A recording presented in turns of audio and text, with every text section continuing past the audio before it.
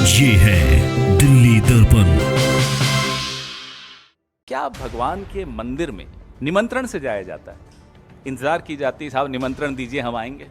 ये ऐसा सवाल है, और वो मंदिर हो, मस्जिद हो, गुरुद्वारा हो, गिरजाघर हो, क्या हम निमंत्रण की इंतजार करेंगे? और निमंत्रण नहीं आए तो नहीं जाएंगे? और किस तारीख को किस श्रेणी का व्यक्ति मंदिर में जाएगा, ये कौन तय करेगा? राजनीतिक दल तय करेगा? धार्मिक अनुष्ठानों का काम, धार्मिक अनुष्ठानों को करने की विधि, धार्मिक अनुष्ठानों को करने का तरीका, धार्मिक लोग जो संबंधित हैं, जो इसको करते हैं, उन पर छोड़ देना चाहिए। अगर यह कार्यक्रम धार्मिक नहीं है तो यह कार्यक्रम राजनीतिक है। एक राजनीतिक कार्यक्रम में मेरे और मेरे भगवान के बीच में एक राजनीतिक दल के कार्यकर्ता बिचौलिए बनकर बैठ जाएं, मैं ये बर्दाश्त क्यों करूंगा? बड़ी सीख तो यह है, दैहिक दैविक भौतिक तापा, राम राज नहीं कहूं व्यापा। 44% बेरोजगारी की दर आई है कल 20 से 25 साल के युवाओं में। तो राम राज्य में तो उनको एम्प्लॉयमेंट मिलना चाहिए, उस पर चर्चा होनी चाहिए। उस चर्चा से बचे रहिए, इसलिए विभत्स राजनीतिकरण चीजों का करते रहिए। आज मैं और मेरी सहयोगी सुप्रिया श्रीनेत जी आपके सामने उपस्थित हैं कुछ बुनियादी सवाल लेकर। पिछले 48 घंटों में जो आपने देखा, हम सब देख रहे हैं, मीडिया, सोशल मीडिया, तो लगा कि आपसे आज कुछ चर्चा करें और कुछ बुनियादी सवाल उठाएं। पहला सवाल यह है कि क्या भगवान के मंदिर में निमंत्रण से जाया जाता है? इंतजार की जाती है, साहब निमंत्रण दीजिए हम आएंगे। यह ऐसा सवाल है, और वो मंदिर हो, मस्जिद हो, गुरुद्वारा हो, गिरजाघर हो, क्या हम निमंत्रण की इंतजार करेंगे? और निमंत्रण नहीं आए तो नहीं जाएंगे? और किस तारीख को किस श्रेणी का व्यक्ति मंदिर में जाएगा, ये कौन तय करेगा?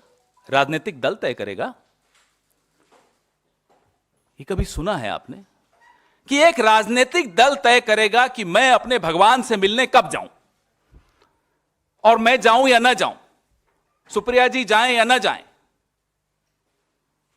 मंदिर में न किसी को बुलाया जाता है, कम से कम इंसान द्वारा तो नहीं बुलाया जाता, और न किसी को रोका जाता है। न इंसान किसी को मंदिर में बुला सकता है, न इंसान किसी को मंदिर जाने से रोक सकता है। लेकिन एक उल्टी गंगा बहाई जा रही है। मुझे यह बताइए, किसी मंदिर का प्राण प्रतिष्ठापन जब किया जाता है तो उसकी एक तौर तरीका होता है, विधि विधान होता है, धर्मशास्त्र होते हैं।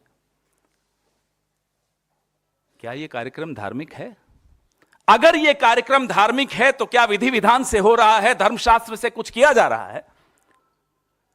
अगर यह कार्यक्रम धार्मिक है तो शंकराचार्य, चारों पीठों के हमारे शंकराचार्य, क्या उनकी सलाह से, उनकी देखरेख से इस कार्यक्रम का स्वरूप तय किया जा रहा है? चारों शंकराचार्य, चारों पीठ स्पष्ट रूप से कह चुके हैं कि एक अधूरे मंदिर की प्राण प्रतिष्ठापन नहीं की जा सकती। अगर यह कार्यक्रम धार्मिक नहीं है तो यह कार्यक्रम राजनैतिक है। एक राजनीतिक दल, अभी यहां आने से 5 मिनट पहले एक प्रवक्ता उनका ट्वीट करता है, बीजेपी का पूरा फुल फॉर्म, जिसको जोड़ता है सीधा सीधा उस दिन 22 तारीख से। एक राजनीतिक कार्यक्रम में मेरे और मेरे भगवान के बीच में एक राजनीतिक दल के कार्यकर्ता बिचौलिए बनकर बैठ जाएं, मैं यह बर्दाश्त क्यों करूंगा? I do not need a middleman between me and my God. इससे ज्यादा बड़ा पाप नहीं हो सकता। भाई, आप पूरा एक संघ, पूरा एक संगठन अपने आप को मेरे धर्म का ठेकेदार बनाकर बैठा हो, और विधि विधान में उनका विश्वास न हो, पूरी की पूरी इनकी आईटी सेल चारों पीठों के शंकराचार्यों के खिलाफ एक मुहिम छेड़कर बैठी है। इस पूरे प्रायोजन में, इस पूरे आयोजन में कहीं भी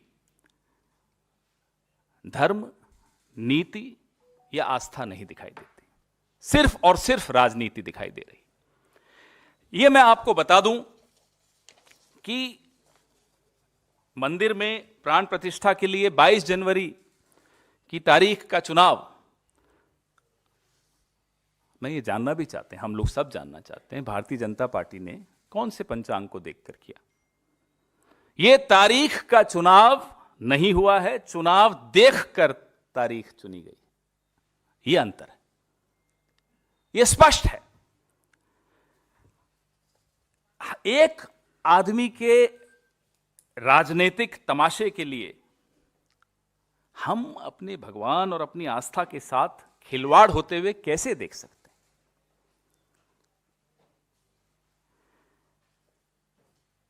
मंदिर में निर्माण का काम विधिवत पूरा हो, करोड़ों भक्तों की जिसमें आस्था और विश्वास जुड़ा हुआ हो, उसमें कोई सरकारी दखलंदाजी, कोई राजनीतिक दखलंदाजी मुझे नहीं लगता कि कोई भी भक्त बर्दाश्त करेगा। हम जानना चाहते हैं कि मंदिर में कौन आए कौन ना आए, ये बताने वाले आप कौन हैं? प्रभु राम जब अयोध्या लौटे तो आम प्रजा उनके स्वागत के लिए उमड़ पड़ी थी। प्राण प्रतिष्ठा में वीवीआईपी की एंट्री लगाने वाले आप कौन हैं कि ये आएगा वो नहीं आएगा?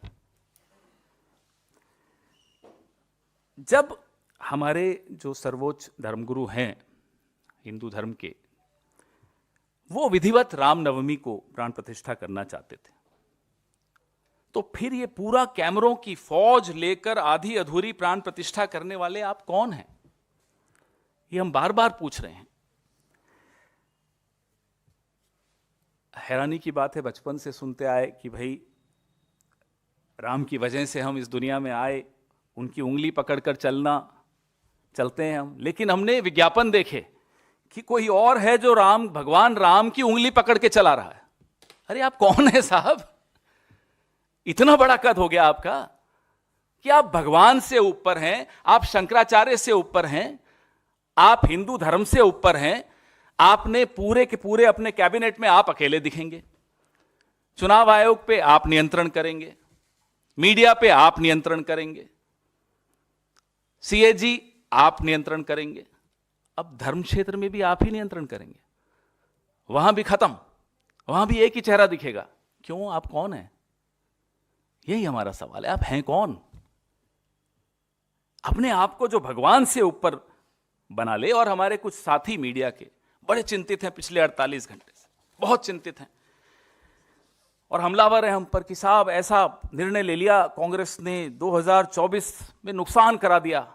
तो मानते हो ना कि ये नफा नुकसान चुनाव का देखा जा रहा है? मानते हो ना? कांग्रेस को क्या करना है क्या नहीं करना, कांग्रेस वो कर रही है। आप लोग अपना काम नहीं कर रहे। आप लोग जो हमारे धर्मगुरु हैं उनको अपना काम नहीं करने दे रहे। तो आप अपनी चिंता कीजिए, हमारी चिंता मत कीजिए।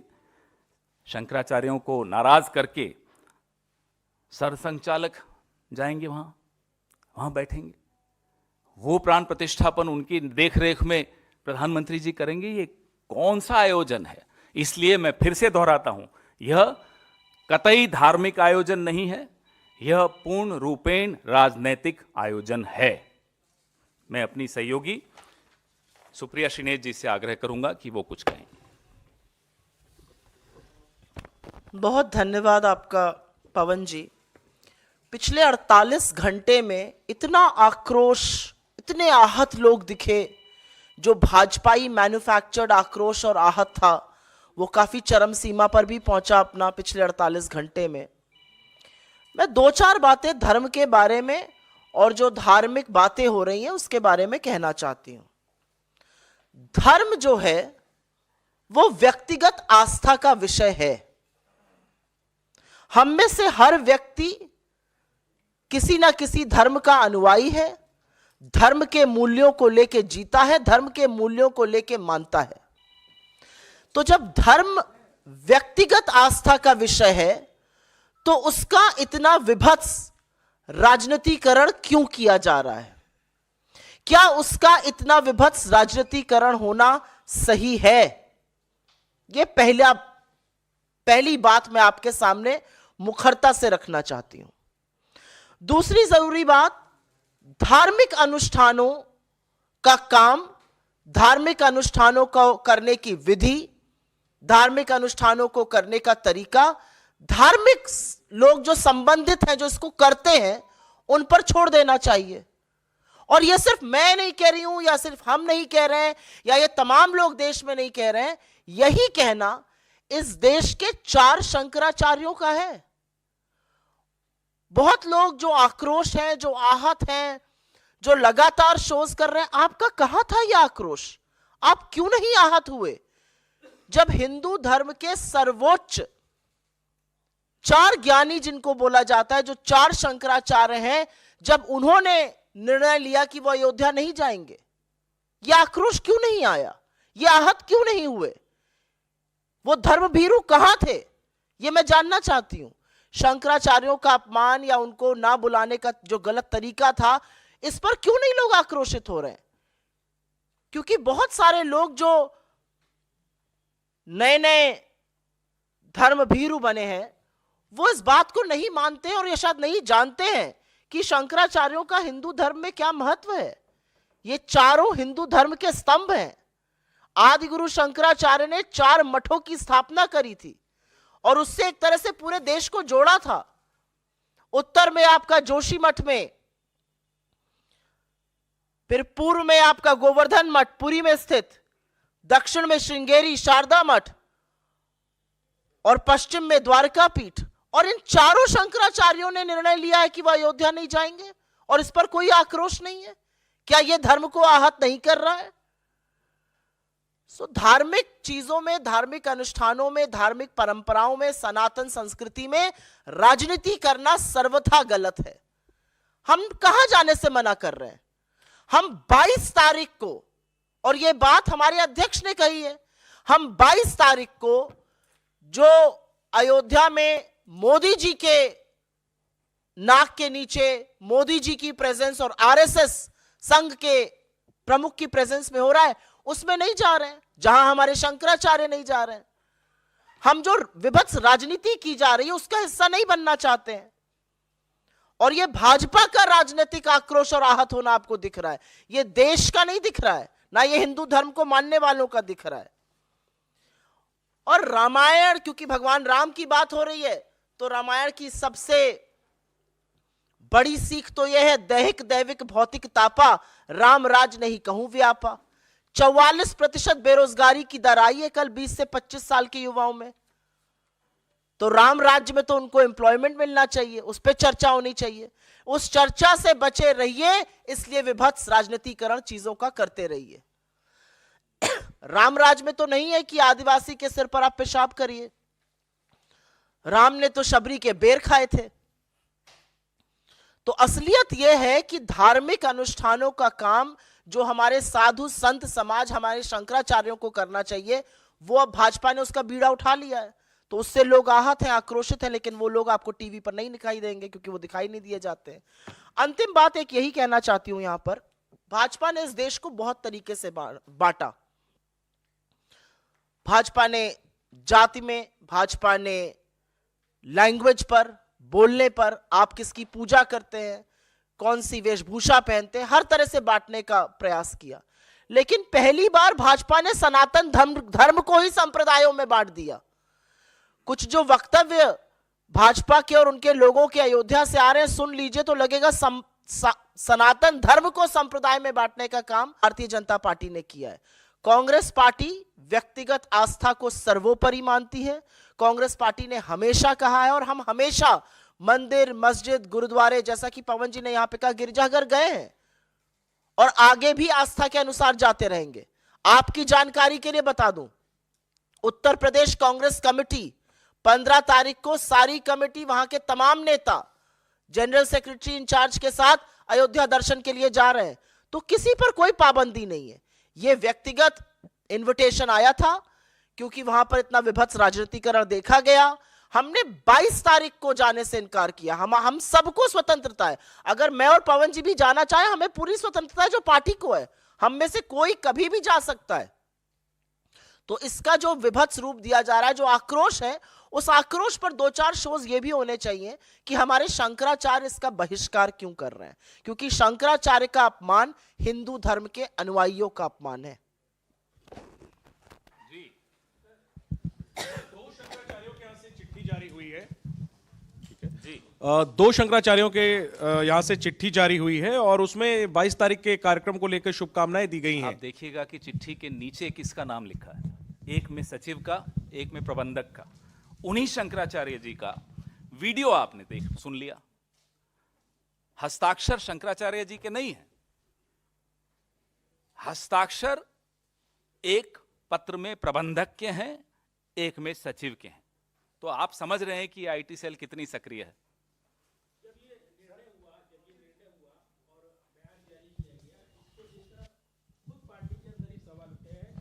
गुजरात इकाई के नेताओं ने खास तौर पर इस पर अपने बयान भी दिए हैं। इनको कैसे देखती है पार्टी जो ऐसे सहमति के स्वर उठे? हमारे कुछ लोग नहीं समझे होंगे कि यह निर्णय उन लोगों ने लिया जिनको निमंत्रण मिला। 22 तारीख का निमंत्रण मिला, एक राजनीतिक कार्यक्रम का निमंत्रण मिला। उस तारीख के लिए, उस निमंत्रण के लिए जिनको ये निमंत्रण मिला, उन्होंने अपना ये स्टेटमेंट दिया। इसका अर्थ, जैसा कि सुप्रिया जी ने कहा, यह नहीं है कि जो जाना चाहता है और जिसको निमंत्रण मिला है उसको कोई रोक थोड़ी रहा है, जाइए। जैसा आपने सुना अभी कि 15 तारीख को उत्तर प्रदेश कांग्रेस कमेटी जा रही है। अरे साहब, लेकिन मंदिर में जाना या न जाना में तय करने वाला एक राजनीतिक दल तो नहीं हो सकता ना। काहे को भारतीय जनता पार्टी बैठी है बोलने दरबान बन के कि साहब ये जाएगा, वो नहीं जाएगा, इसी तारीख को आएगा। क्यों? आप कौन हैं? यही तो पूछ रहे हैं हम। पवन सर, सवाल है कि मैडम को निमंत्रण दिया था और कांग्रेस प्रेसिडेंट को निमंत्रण दिया गया था। आप बोले कि 22 तारीख को जो भारतीय जनता पार्टी और आरएसएस का प्रोग्राम है, इस वजह से नहीं जाए। क्या ये दो व्यक्ति क्या 22 तारीख के बाद राम मंदिर दर्शन करने जाएंगे या मौका मिलेगा तो जाएंगे? निजी आस्था के अनुसार जब जाना चाहेंगे जाएंगे। पहले भी जाते आए हैं, मंदिरों में, गुरुद्वारों में, गिरजाघरों में, मस्जिदों में, सब जगह जाते ही हैं हम लोग। जिसकी जैसी आस्था है वो जाता है ना। ये तय क्यों करना है कि साहब इस तारीख को जाएंगे या नहीं जाएंगे? मेरी आस्था है, जब मेरे को जब बुलावा भगवान का आएगा मैं जाता हूं। ये कमाल है कि मतलब ठेकेदारी प्रथा हमने सुनी है, लेकिन ऐसी ठेकेदारी प्रथा कि मेरी और मेरी आस्था के बीच में आकर एक ठेकेदार बैठ गया जबरदस्ती कि मैं स्वयंभू हूं साहब, मैं तय करूंगा आप कब आएंगे कब नहीं आएंगे। आप कौन हैं? यही तो पूछ रहे हैं। सर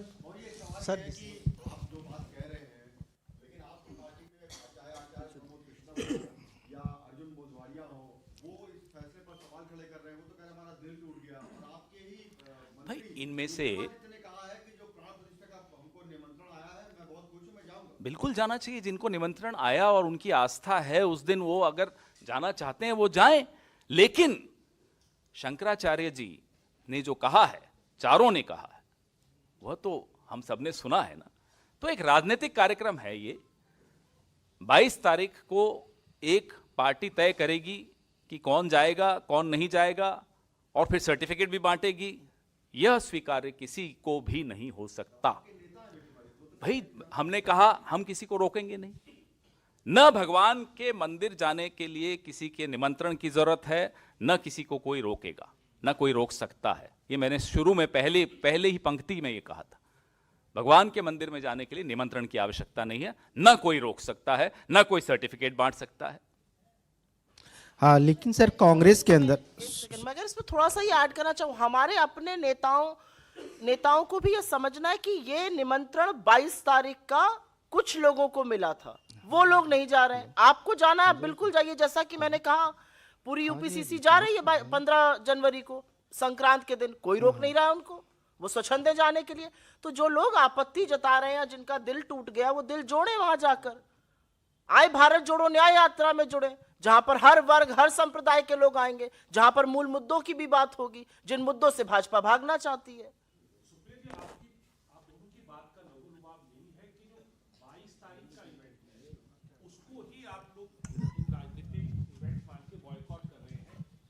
तो दोनों आपके बड़े नेता हैं, चाहे सोनिया गांधी हो चाहे खड़गे हो, उनको इस चीज से आपत्ति नहीं है, प्राण प्रतिष्ठा से, मंदिर के निर्माण से, सिर्फ एक उस इवेंट से ही है। लबोलुब आप यही समझे हम आपकी बात का?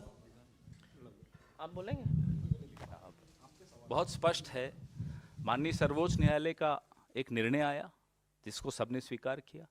तो अब ये आप फिर से उसी सवाल को क्यों उठा रहे हैं कि साहब निर्माण हो रहा है? बिल्कुल हो रहा है। एक धार्मिक कार्यक्रम को धर्मशास्त्र के हिसाब से होना चाहिए, उसमें किसी भी राजनीतिक दल का कोई हस्तक्षेप या भूमिका नहीं हो सकती। बहुत स्पष्ट है। कोई जाना चाहता है, 15 को जाना चाहता है, जा रहे हैं। कोई 22 को जाना चाहता है, जाएं। लेकिन कोई राजनीतिक दल तय नहीं करेगा कि मैं किस तारीख को जाऊंगा, कब जाऊंगा, जाऊंगा या नहीं जाऊंगा। आप कौन हैं ये तय करने वाले? यही तो हम पूछ रहे हैं इनसे। आप इतने बड़े हो गए कि आप शंकराचार्य जी को भी, उन पर भी एक प्रश्न चिन्ह लगा रहे हैं। इतने बड़े नहीं हो सकते आप। पर आपने इन्होंने जो पवन जी सवाल पूछा, वो सवाल जरूरी है। आपने कहा कि वो लोग अग्री करते, वहां पर हम उससे अग्री करते कि नहीं करते। आप शंकराचार्यों से सवाल क्यों नहीं पूछते हैं? क्यों नहीं कोई शो कर रहा है? शंकराचार्य क्यों नाराज है? वो क्यों बहिष्कार कर रहे हैं? वो क्यों नहीं जा रहे हैं? उनसे बड़े तो हिंदू धर्म के अनुयायी नहीं है, उनको भी हिंदू विरोधी घोषित करने वाली है भाजपा। उनसे क्यों नहीं पूछा जा रहा है? वो क्यों असहमत है? उनकी क्या असहमति है? क्योंकि उनको लगता है कि धर्म और शास्त्रों के अनुसार वहां पर चीजें नहीं हो रही हैं। ये सवाल तो हमारे धर्म गुरुओं का है ना, हमारे लिए थोड़ी है ये सवाल।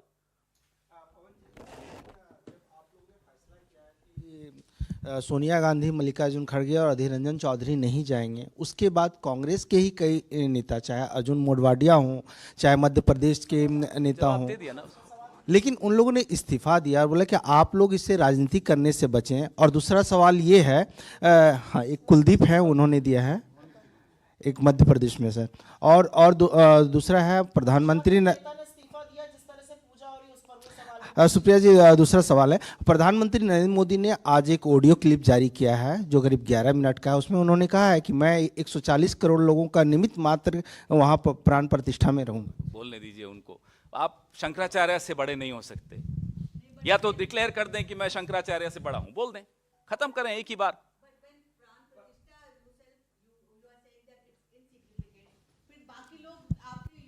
No, I didn't say insignificant. I said a political party cannot do it. It has to be done by our Dharma Shastra, as per our Dharma Shastra by our Shankaracharyas. But they are going on the 15th, not on the 22nd. It's their faith. No, I can't. Just because they are in my party, who am I to interfere in their faith? Again, we come back to the same principle. Nobody has any right to interfere in each other's faith. Sir, Ram मंदिर निश्चित तौर पे आस्था का विषय तो ही, लेकिन इस पर राजनीति भी सालों से होती आई है, तो कोई नई बात नहीं है। सवाल ये कई लोगों के जहन में है कि चूंकि लोकसभा चुनाव अब नजदीक है और जिस तरह से बीजेपी अब हमला कर रही है कांग्रेस पर, कि कांग्रेस ने कुछ कट्टरपंथियों को खुश करने के लिए ये फैसला लिया है। चूंकि शंकराचार्यों ने भी फैसला लिया है ना जाने का, उनको चुनाव लड़ना नहीं है, चुनाव तो कांग्रेस को लड़ना है। तो ऐसे में जो पब्लिक ओपिनियन को कैसे आप बनाएंगे जो आप दलील दे रहे हैं? क्योंकि बीजेपी कह रही है कि कट्टरपंथियों को खुश करने के लिए आप लोगों ने फैसला किया। संविधान पे चलता है, धर्मशास्त्र पर चलता है, लेकिन बीजेपी अपने ही किसी शास्त्र पे चलती है। ये मुझे बताइए, इसमें चुनाव कहां से आ गया? आस्था व्यक्तिगत विषय है, श्रद्धा व्यक्तिगत विषय है। मैं कब मंदिर जाऊं, कब मंदिर नहीं जाऊं, ये व्यक्तिगत मेरी धारणा है। इसमें चुनाव बीच में कहां से आ गया? तो कहे ना बीजेपी कि ये चुनावी है, 22 तारीख को चुनावी कार्यक्रम की शुरुआत है, बोले ना, खुलकर बोले ना। क्यों इसको धार्मिक बोलते हैं? कहें ये राजनीतिक कार्यक्रम है, हिम्मत दिखाए ना।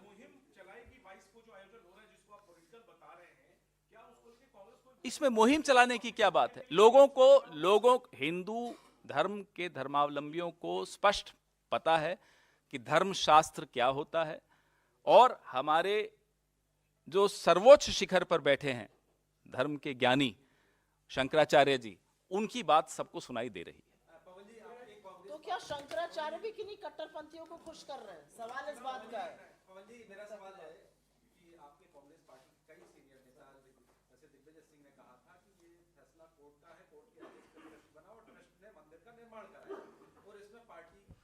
जाने में कोई दिक्कत नहीं है। तो जो आपके पार्टी के नेता इस तरह की राय रखते हैं, ये तो और बाकी में कोर्ट के फैसले के तहत हुआ है, और ये जो है जो बना है ट्रस्ट उसकी तरफ से निमंत्रण है, तो फिर इसमें राजनीति कहाँ से आ गई? और आपकी कांग्रेस पार्टी के ही नेता जब समर्थन कर रहे हैं तो फिर पार्टी भाई आप इसको कई मुद्दों को जोड़ रहे हैं। शंकराचार्य जी कहते हैं कि आधे अधूरे मंदिर का निर्माण जब हो रहा हो उसमें प्राण प्रतिष्ठा नहीं की जा सकती। ये तो हुई धार्मिक बात, लेकिन एक राजनीतिक दल कहता है नहीं साहब हम तो इसी तारीख को करेंगे, उनकी राजनीतिक मजबूरियां जो भी हैं। अब जिनको निमंत्रण आया उन्होंने कहा कि हम इस राजनीतिक परियोजना का हिस्सा नहीं बनेंगे, लेकिन जो जाना चाहता है उसको कोई रोक रहा है? कोई नहीं रोक रहा ना। कोई 15 तारीख को जा रहे हैं, उनको कोई रोक रहा है? नहीं रोक रहा ना। हमारे कुछ नेताओं को निमंत्रण आया है, वो जा रहे हैं, बिल्कुल जाएं, कौन रोक सकता? मैंने आपको कहा भगवान के मंदिर में निमंत्रण से नहीं जाया जाता, ना वहां किसी को कोई बुला सकता है, ना वहां कोई किसी को जाने से रोक सकता है। दोनों ही चीजें गलत है। इसी से जुड़ा हुआ सवाल है, जब ये आप बयान देते हैं तो ये साफ कर रहे हैं कि व्यक्तिगत निर्णय है, इन व्यक्तियों का- आस्था व्यक्तिगत ही होती है। वो व्यक्तिगत है, लेकिन ये पार्टी का जो निर्णय था और जिस तरीके से पार्टी की ओर से बयान आया, तो क्या 3 लोग पार्टी के जिनको निमंत्रण आया, ये उन्होंने एक स्टेटमेंट सवाल जारी मेरा पूरा किया। हो जाए। सुनिए पार्टी का निर्णय आप कहते हैं, जब निमंत्रण पार्टी को नहीं आया, निमंत्रण 3 व्यक्तियों को, 3 नेताओं को आया, उन तीनों ने यह निर्णय लिया, वो निर्णय हमने जारी किया। पार्टी को निमंत्रण नहीं था, तो आप ये इसको पार्टी को निमंत्रण गलत बोल रहे हैं। लेकिन ये परसेप्शन का मैसेज है, और ये मैसेज गया है कि पार्टी की ओर से अस्वीकार किया गया है निमंत्रण को। इसको ठीक कैसे है, तो आप फिर अगर जनमानस में शंकराचार्य जी बदलेंगे? ने अस्वीकार किया है तो क्या हिंदू धर्म की तरफ से अस्वीकार है? कहिए। चारों शंकराचार्यों ने अस्वीकार किया है, तो यही मानना चाहिए कि पूरे हिंदू धर्म ने इस निमंत्रण को अस्वीकार कर दिया। आपने सनातन धर्म पर संप्रदायों में बांटते हुए किसी को देखा है? वो काम भी भाजपा ने करके दिखा दिया है। सवाल उस पर उठना चाहिए। सवाल 2 लोग नहीं जा रहे, उस पर चर्चा चल रही है। अरे हिंदू धर्म, हिंदू सनातन परंपरा, हिंदू संस्कृति में शंकराचार्य कहीं नहीं जा रहे हो और उसके बाद वहां से बयानबाजी हो रही कि उनके आने की जरूरत ही नहीं है क्योंकि वो इस संप्रदाय के ही नहीं है। मतलब सनातन धर्म को भी संप्रदायों में बांट दिया भाजपा ने, जो आज तक हमारी 5000 साल की संस्कृति में कोई नहीं कर पाया। क्या गजब चीजें हो रही हैं, उस पर चर्चा नहीं है। इतना आक्रोश, इतना आहत, कांग्रेस के कुछ नेता नहीं जा रहे हैं उस पर है। जो कांग्रेस के पूरी यूपीसीसी जा रही है, अभी और तमाम राज्यों से लोग जाएंगे, उस पर क्यों नहीं है? उस पर क्यों सब लोग चुप है? इससे अलग सर, ये आप न्याय यात्रा की बात अभी सुप्रिया जी ने करी, न्याय यात्रा को लेकर जो डोनेशन लिंक और क्यूआर कोड जारी किया गया, उसमें एक पैम्फलेट है, उसमें .co.in है, एक पैम्फलेट जो नया छपा है उसमें .co नहीं है। तो एक तो कहाँ गड़बड़ी है, कौन सा सही है? और बीजेपी का कहना है कि कांग्रेस इस तरह की गड़बड़ी करके उनके ही लोग अपना पैसा कमाना चाहते हैं, भ्रष्टाचार इसमें भी कर रहे हैं वो। भाजपा के इतने कंसर्न से मैं बहुत अभिभूत हूं, बस यही कहूंगी इस पर। धन्यवाद। सर, क्या इसमें कोई गलती हुई है? कौन सा सही है? 2 पैम्फलेट छपे, एक में .co है। मुझे इसके बारे में कोई जानकारी नहीं। कोई एफआईआर दर्ज हुई है क्या तेलंगाना में इस बारे में? बीजेपी कह रही है एफआईआर क्यों नहीं कराते, डर क्यों रहे हैं आप ने इस लोग? पर काम किया था, उनसे कुछ त्रुटि हुई होगी, उस त्रुटि का सुधार हो गया। आप लोग लगातार 2 दिन से लाइव कर रहे हैं, आप लोगों के भी कंसर्न से बहुत अभिभूत हूं। मुझे लगता है मुद्दों पे बात करनी चाहिए। एक गलत लिंक पर हम चर्चा किए जा रहे हैं। मुद्दा क्या है आज इस देश का? 44% बेरोजगारी थी। आप सब लोग टीवी चैनल में, कितने चैनलों ने डिबेट किया उस पर? किसी एक चैनल ने डिबेट किया उस पर? एक ने नहीं किया। किसी एक पेपर की हेडलाइन है, एक पेपर की हेडलाइन नहीं है। क्या मुद्दे हम खोज रहे हैं और किन चीजों पर हम आक्रोशित और आहत हो रहे हैं? धन्यवाद। लेटेस्ट खबरों के लिए सब्सक्राइब करें हमारा YouTube चैनल या फिर लॉग ऑन करें www.delhidarpantv.com। खबरों की कवरेज और विज्ञापनों के लिए संपर्क करें